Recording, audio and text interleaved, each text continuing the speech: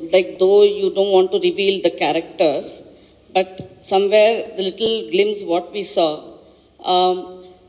One thing is when you say Dada Yaru, Dada ಅಂದ ತಕ್ಷಣ ನಾವು ವಿಷ್ಣುವರ್ಧನ್ಗೆ ಹೋಗ್ತೀವಿ ಒಂದು, but it's slowly shifting to Sudeep. It's gradually shifted to Sudeep. Do you like this to be called Dada? ನನ್ನ ತಂದೆ ತಾಯಿಯರು ಹೆಸರಿಟ್ಟು ಸುದೀಪ್ ಅನ್ನೋದನ್ನೇ ಬಿಟ್ಬಿಟ್ಟು ಹುಚ್ಚಾಗಿ ಹೋಗ್ಬಿಟ್ಟಿದ್ದೀನಿ. ಅಲ್ಲಿಂದ ಕಿಚ್ಚಾಯಿತು and nothing is mine. All the terms are coming from my surrounding and the people who like me and love me. So I will not react to any names. I will just react to the intention behind the name. So ಅವ್ರು ದಾದಾ ಅಂದಿದ್ದು ಇನ್ನೊಂದಿದ್ದು ಇವ್ರು ಕರ್ಕೊಂಬಂದಿದ್ದು. But ಒಂದಂತೂ ಸತ್ಯ, ನೀವು ನನಗೆ ಪರ್ಸ್ನಲಾಗಿ ಕೇಳೋಕ್ಕಾದ್ರೆ ನಮಗೆ ದಾದಾ ಯಾವತ್ತಿದ್ರು Vishnu sir.